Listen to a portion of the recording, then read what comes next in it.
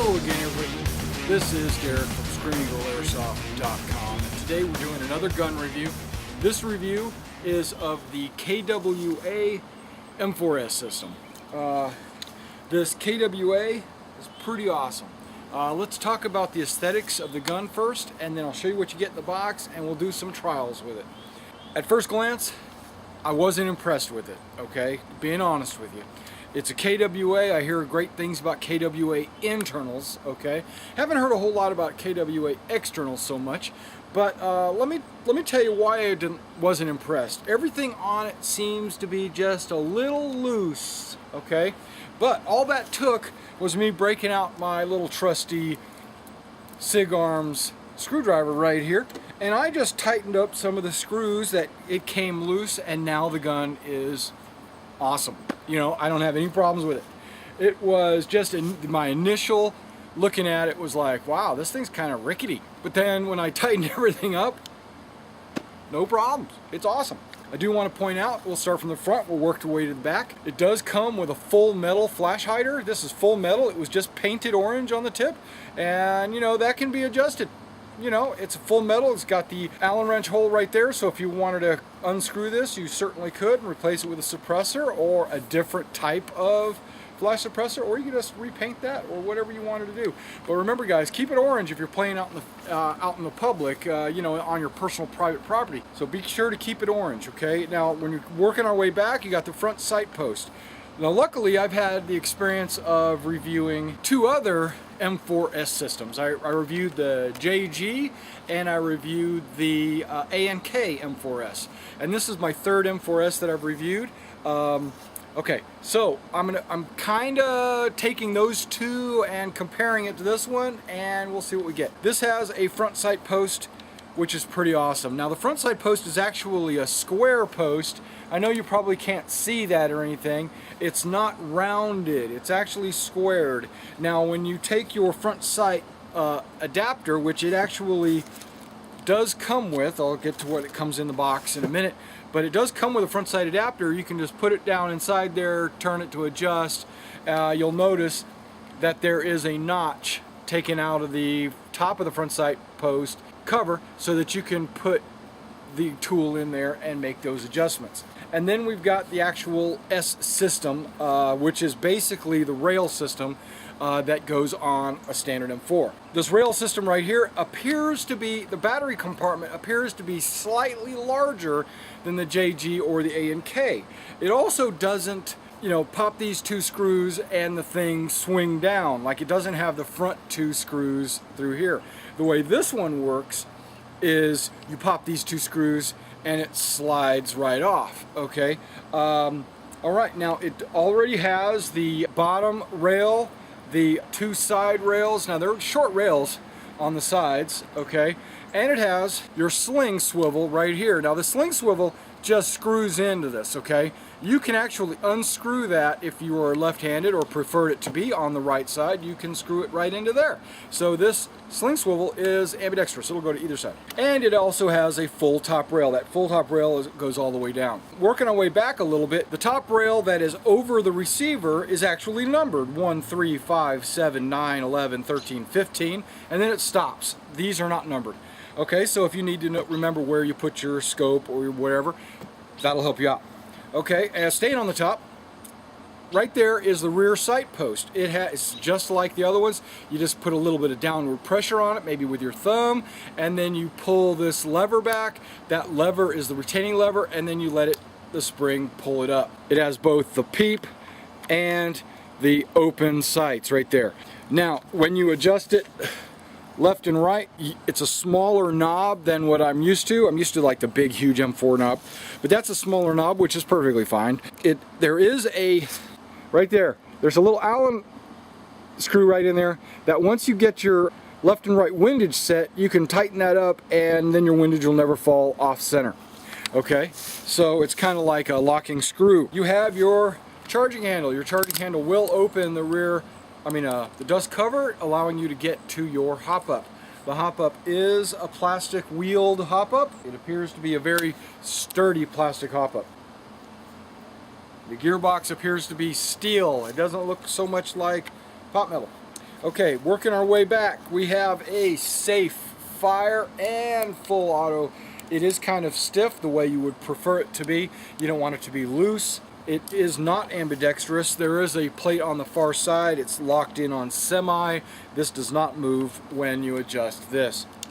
Okay, magazine release just like normal. It has a few other safety stickers on it that say, you know, don't shoot people.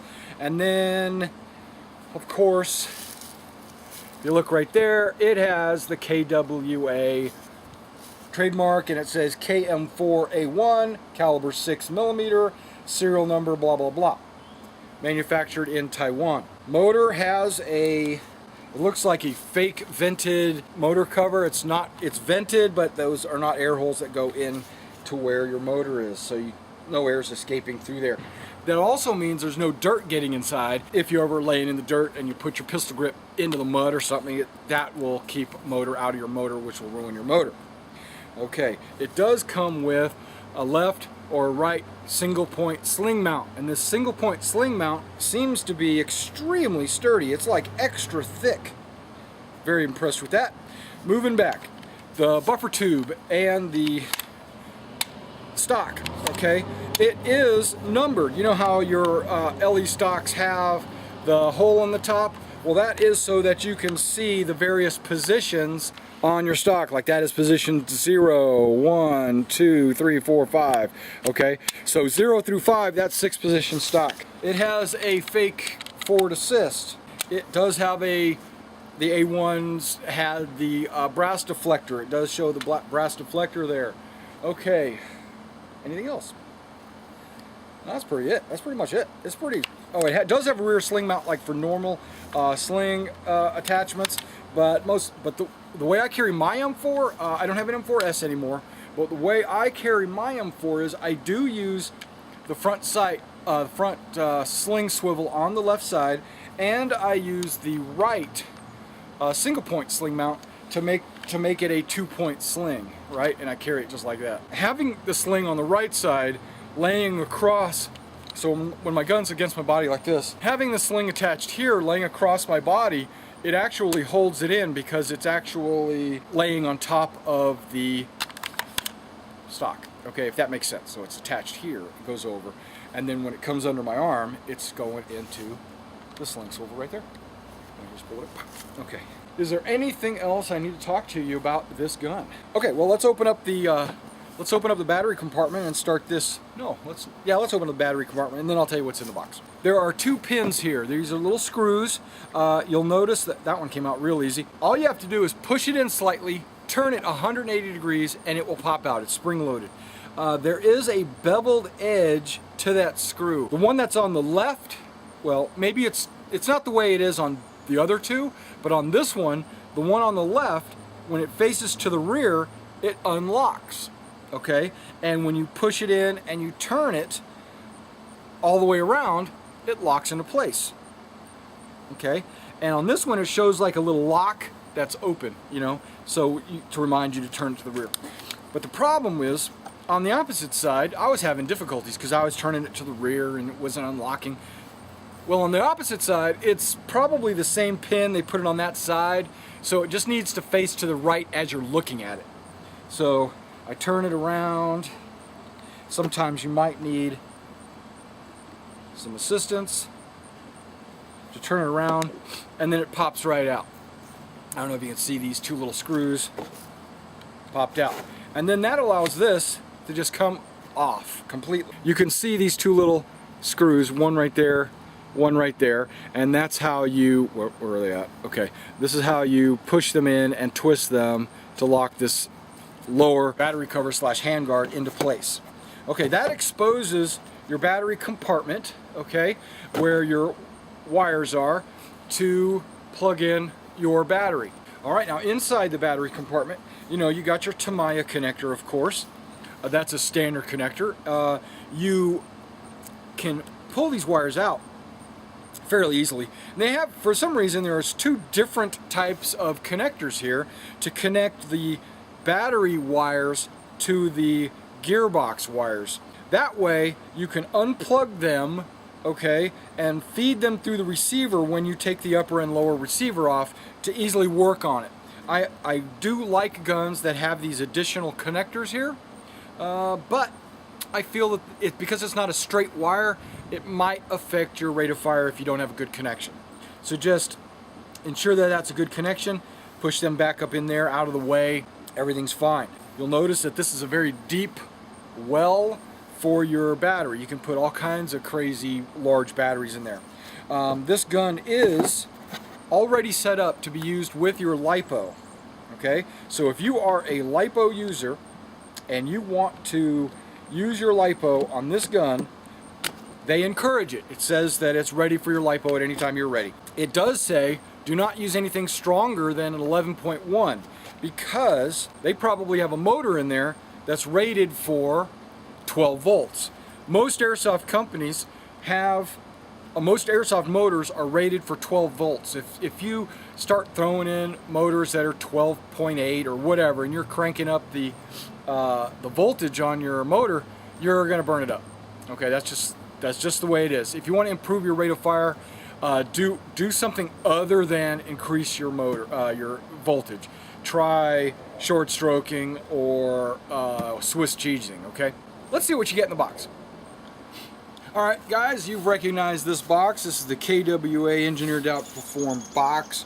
You always see the gray, the black stripe and all that. And you see right here, designed for 0.25 gram BBs or heavier. So what they're saying is, like most good airsoft guns, don't use anything smaller than a 25.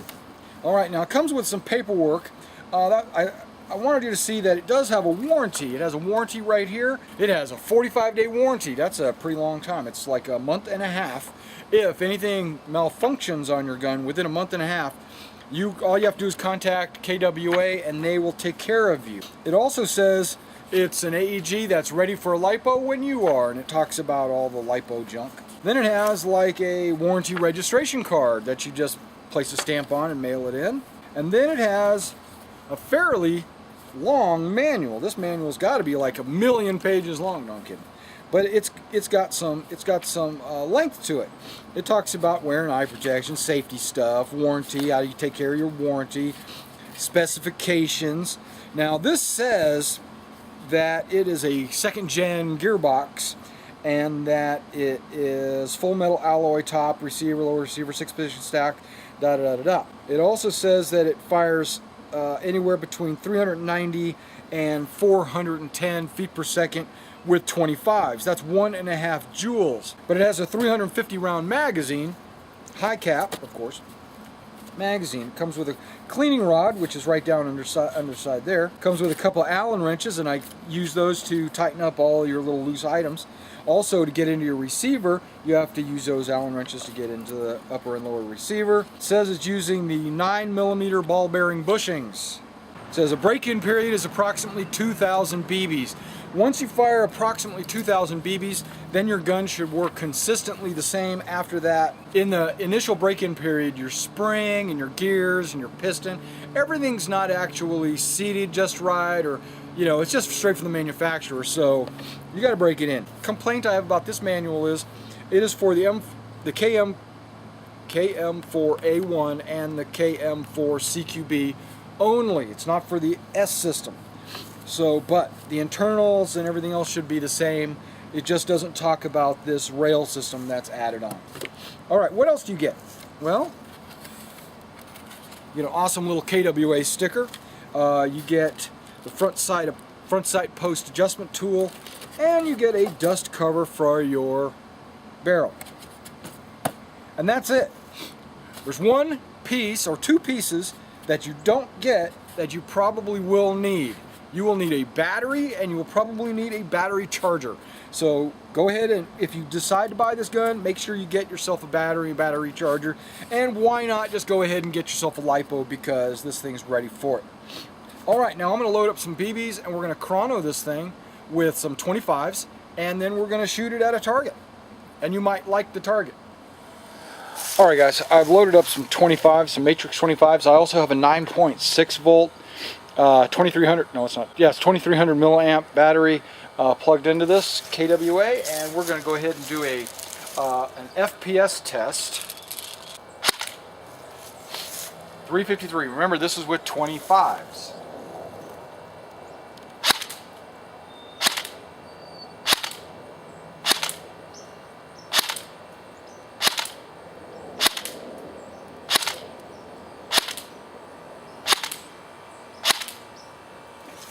Alright, we got the high 350s, and remember, you still have to put 2,000 rounds to get it to settle in. It'll probably be sitting around 358, that's what I'm thinking, 355, 360, somewhere in that neighborhood. Alright, let's do a rate of fire test. 9.6, 2300 with 25s. Wow, that shot pretty fast, 19s. That's shooting faster than my King Arms with a Lipo. Dang, that's faster. Another 19, almost 19, it's over 19 and a half.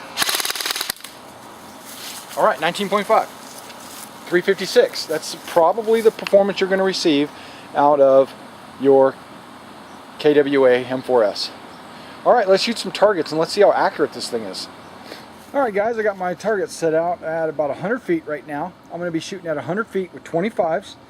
And I'm using black and white BB, so sometimes when I shoot a black BB out of the magazine, you might not see it, but you should see it impact the target.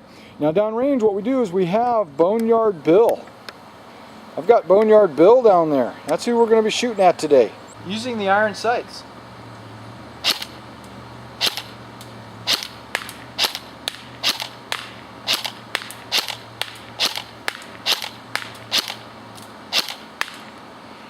Okay, it looks like my zero is a little bit off to the right, doesn't it?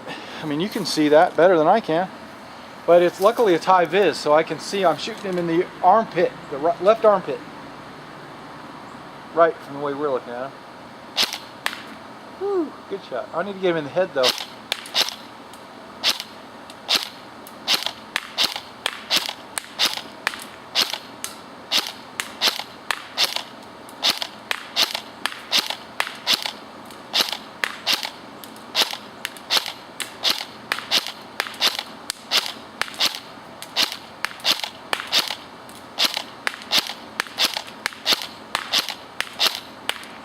Alright, you get the idea. It's Boneyard Bill. That's only about a 12-inch wide target by about maybe 18 inches tall. Okay, so that's pretty good size. It's a pretty good shot group actually for an airsoft gun at 100 feet actually. Let's put it on full auto and see what I get. I see some green over there. Green's his head, right? Yellow's his body. Remember, standing position, iron sights. Not even zeroed. I'm kind of Kentucky windaging it. Right now I'm aiming at his armpit, and it's hitting him just to the left of the armpit. All it takes is a little bit of left and right windage, and I think we'd be good on the zero.